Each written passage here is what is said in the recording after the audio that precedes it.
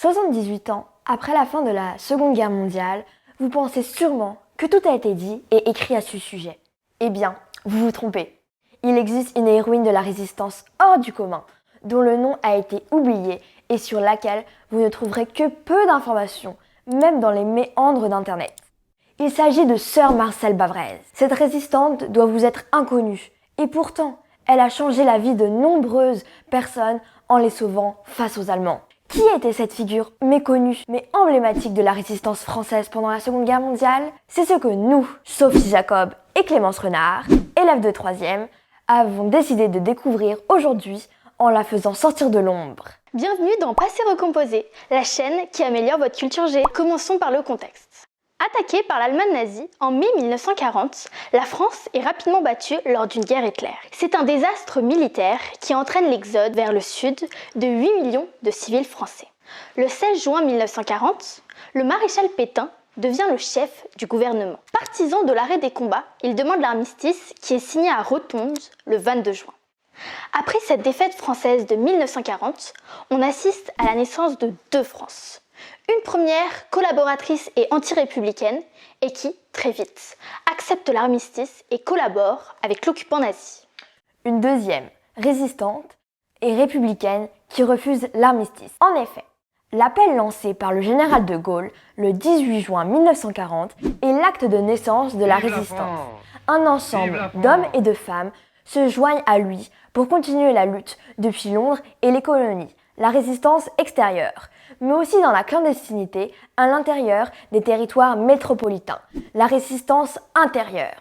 Les résistants sont organisés en réseau pour mener au mieux leurs différentes actions. Par exemple, le réseau polonais F2.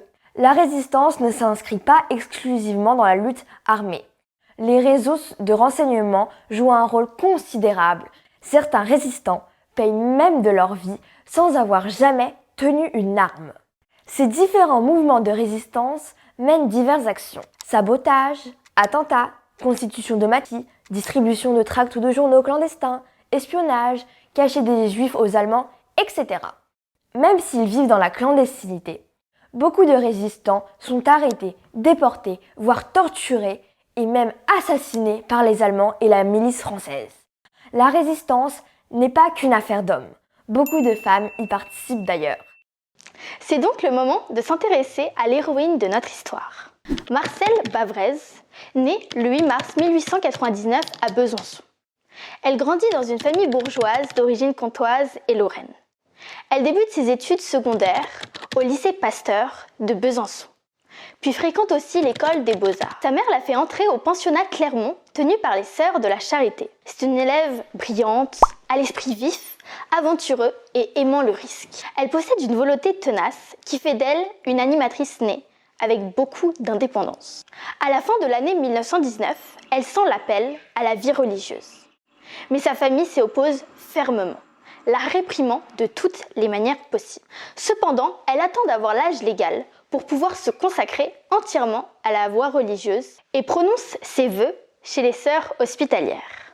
En 1920, elle postule à Besançon pour divers services, tels que buanderie, dépenses, charité, radiologie, etc., en tant que sœur. C'est ainsi qu'au fil des années, elle travaille dans diverses villes telles que Lucerne, Cannes, Lons-le-Saunier et Vesoul. À partir de 1940, elle rejoint de nouveau l'hôpital Saint-Jacques de Besançon, où elle dirige la pharmacie de la ville, surnommée alors Sœur Pharmacie. Dès juillet 1940, durant la Seconde Guerre mondiale, Marcelle Bavrez organise l'évasion de nombreux prisonniers de guerre français et alliés soignés à l'hôpital. Les raisons de son engagement dans la résistance sont multiples. Nous pouvons cependant estimer que 3 influences majeures l'ont conduite à prendre part à la lutte clandestine. Tout d'abord, son père et ses 2 oncles, étant officiers, leur sens du devoir l'ont largement inspiré. Ensuite, son désir de porter secours à son prochain étant une de ses principales valeurs, elle qui a consacré toute sa vie aux autres, il était donc naturel pour elle d'entrer en résistance. Enfin, un prêtre, l'abbé Robert Bourgeois, l'entraîne dans cette fameuse résistance. De plus, elle insiste auprès de sa famille d'être à leur place dans la résistance. Comme elle est une religieuse et n'a donc pas de descendance, tandis que ses 2 frères, portent déjà la charge d'une famille nombreuse et risquent de ne plus jamais revoir leurs enfants. Pourtant, l'un d'eux, étant officier, s'engage dans la résistance au dépit des avertissements de Marcel. Toutefois, Marcel ne mène pas ses actions de résistance toute seule. En effet, travaillant à l'hôpital Saint-Jacques, les sœurs coopèrent avec elle ou bien se taisent. Elles mènent diverses actions comme abriter des hommes recherchés en les faisant passer pour de faux malades, ou encore en soignant des blessés pour leur permettre de s'évader, parfois même dans des conditions rocambolesques, comme par exemple avec le jeune passeur Koppler de Poligny. Ce passeur remarquable, d'origine alsacienne, est condamné à mort par contumace en janvier 1941, puis arrêté le 3 mars de la même année. Il est interné à la prison de la Butte, à Besançon, et tente de se suicider en se tranchant la gorge. Conduit à la morgue, bénéficiant de la complicité de membres du corps médical de l'hôpital Saint-Jacques, donc de sœur Marcelle Bavrez, il s'échappe le 22 mars. L'hôpital devient donc rapidement un nid de résistance.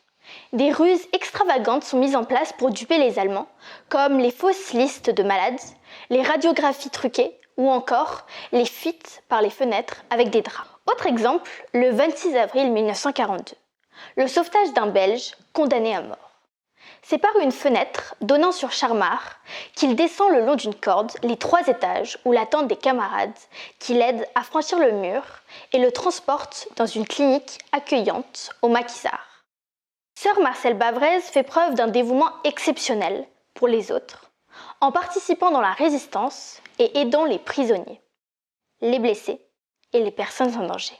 De plus, la supérieure de l'hôpital Saint-Jacques, la mère Vieillard, parle d'elle comme l'animatrice de notre groupe. Celle-ci la couvre et l'aide en lui envoyant des personnes à cacher. Avec le temps, Marcelle Bavrez s'engage davantage. Elle entre en contact avec d'autres résistants et leur fournit des renseignements. Notamment en 1943, elle se lie de connaissances avec Pierre Breton, dit Del Sol, le chef du réseau F2 de la région Franche-Comté.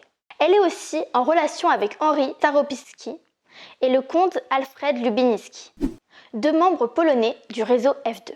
Pour que vous soyez plus au clair, le réseau polonais F2 est un des premiers réseaux apparus en France durant la Seconde Guerre mondiale. Il a été créé à Toulouse en 1940 par des officiers polonais. En effet, la Pologne est rapidement vaincue en septembre 1939 par l'Allemagne. Une partie de son armée est faite prisonnière et l'autre s'échappe et son gouvernement s'exile à Londres d'où il organise, arme et finance des réseaux clandestins polonais dans tous les pays occupés où il existe des concentrations polonaises, comme en France et dans les colonies. Leur but est de fournir des renseignements à Londres. Ces réseaux doivent recruter des agents français afin de ne pas attirer l'attention. Toutefois, des résistants français hésitent à s'engager dans un réseau étranger, car pour eux, la résistance est un acte de patriotisme et ne concerne que la France. Certains résistants ne sont d'ailleurs pas au courant qu'il s'agit d'un réseau polonais et ils l'apprennent un peu plus tard, ce qui leur en fait un froid dans le dos. En ce qui concerne Marcelle Bavrez, on ignore sa réaction. Mais ayant un père officier à l'époque où l'armée française était en faveur de la Pologne contre les Allemands, en 1921, elle a sûrement hérité d'une tradition familiale polonophile. Il existe une relation triangulaire entre Polonais, Français et Anglais. Ils travaillent ensemble pour la cause alliée et la libération du pays. Le nombre d'agents français du réseau F2 ne cesse d'augmenter, passant de 4% en 1941 à 80% à la veille de la libération en 1944. Les Polonais n'y sont donc plus majoritaires. Le réseau compte un effectif total de 2658 personnes, dont 23% de femmes. Le réseau F2 se déploie sur le territoire français. En 1940, il s'implante à Paris, dans la zone occupée. Dès 1941, il s'étend vers l'Atlantique pour contrôler l'équipement maritime. En 1942, il s'installe dans le Massif central et en 1943, en Franche-Comté. Ce réseau polonais ne s'est pas toujours appelé F2. Pendant l'occupation, on parlait de SR interallié.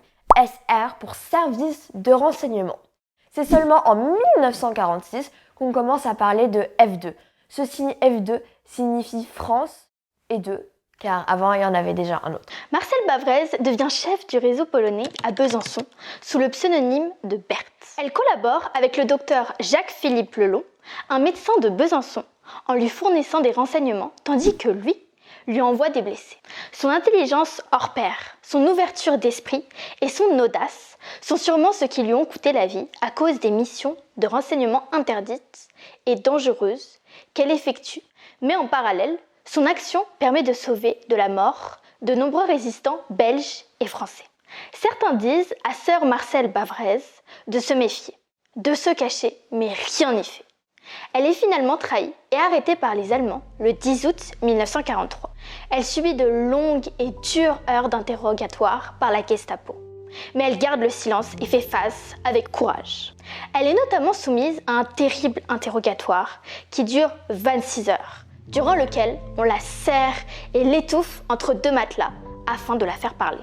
Afin de recevoir la communion, une hostie consacrée et cachée dans un tube de médicaments au bout d'une ficelle pour lui être transmise. Cela lui rapporte du réconfort, de la joie et de la force qui permet à la religieuse de ne pas perdre espoir. J'étais inondée de joie, et maintenant je me sens forte. Ils pourront m'emmener pendant 26 heures de suite et me torturer comme ces jours derniers, je ne dirai rien. Marcel est incarcérée à la Butte, puis transférée en décembre à Dijon et en janvier 1943 à Compiègne. Elle fait alors partie du convoi de déportés françaises en direction de l'Allemagne. Geneviève de Gaulle, une autre résistante, la nièce du général de Gaulle, la rencontre à Compiègne et la remarque tout de suite. Elle témoigne d'ailleurs à ce sujet. J'ai rencontré sœur Marcel à Compiègne et je l'ai tout de suite remarqué. Elle avait un cran merveilleux. Elle savait nous remonter le moral et s'occupait beaucoup de nous. Le premier grand convoi à destination de l'Allemagne comptait 1000 déportés. Nous avons voyagé dans des wagons à bestiaux plombés, hermétiquement fermés, sans eau, où nous étions de 80 à 120 serrés à ne pouvoir s'asseoir ou s'étendre. Une seule petite lucarne permettait d'entrevoir le paysage de France, et c'est par cette ouverture que nous avons jeté des billets destinés à nos familles. Sœur Marcel s'est occupée de nous la première nuit déjà. Nous avions pu avoir quelques bottes de paille, et elle a fait coucher les plus âgés. C'est le 3 février 1944, à 3h du matin, que le convoi arrive à Ravensbrück. Elle est affectée à des travaux de terrassement qui durent 13 heures par jour, puis comme infirmière radiologue. Les Allemands lui confisquent alors ses affaires personnelles, notamment sa croix religieuse. Malgré la situation désespérée, sœur Marcel Bavrez, soucieuse du confort des plus âgés, continue à aider ses semblables jusqu'à son dernier souffle. En effet, elle leur rend des services en volant des remèdes aux Allemands pour compenser leur régime alimentaire déficient, qui se composait d'un jus peu appétissant, de 100 grammes de pain et d'un peu de rutabaga, mais aussi en falsifiant des fiches de radioscopie et en leur procurant de nombreux soins. Son sens du sacrifice et de la loyauté en a sauvé plus d'un. Malheureusement, elle décède à 45 ans, le 1er novembre 1944, jour de la Toussaint, en raison d'une méningite contractée lors de son séjour. Pourtant, ce n'est qu'en avril 1945 que les sœurs de Besançon l'apprennent. De la même manière, son acte de décès n'est prononcé officiellement que le 24 novembre 1949, suite à une série de démarches administratives réalisées par son frère Roger, via une demande de régularisation de l'état civil d'un non-rentré. Elle reçoit alors, après-guerre, plusieurs honneurs pour son courage et sa générosité exemplaire à titre posthume, notamment la Croix de guerre en tant que chef d'un secteur de réseau F2, la Croix de Lorraine et la médaille de la Résistance. De plus, une rue lui est attitrée dans le quartier de Taragnoz, à Besançon, pour la commémoration de son 60e anniversaire de mort. Son nom est alors gravé dans l'histoire à tout jamais, pour ses actes héroïques en temps de guerre et pour son dévouement envers les autres. De plus, cet événement est mis en valeur par France 3 lors d'un reportage le 1er novembre 2004, le jour de l'anniversaire de sa mort. Optimiste, gaie, énergique, courageuse, les qualificatifs décrivant sœur Marcel Bavrez, récoltés au fil de témoignages historiques, sont tous élogieux. Une nièce, un petit cousin, au total 60 membres de la famille étaient venus lui rendre hommage ce matin. Marcel Bavrez est un exemple de courage, de détermination et d'humanité. Et elle restera toujours dans nos mémoires. Nous devons toujours nous rappeler de ces héros oubliés et nous efforcer de continuer leur combat pour un avenir meilleur. Sœur Marcelle Bavrez fait preuve, tout au long de sa vie, d'un bon cœur proverbial, d'un entrain unique, d'une force de conviction reconnue et d'un solide optimiste combiné avec une foi profonde. Nous pouvons ainsi dire qu'elle représente une figure emblématique de la résistance en ayant aidé des milliers de personnes et étant toujours commémorée des années plus tard. Malgré cette personnalité hors du commun, elle reste cependant encore méconnue du grand public, ce qui est regrettable, mais nous espérons que cela change un jour.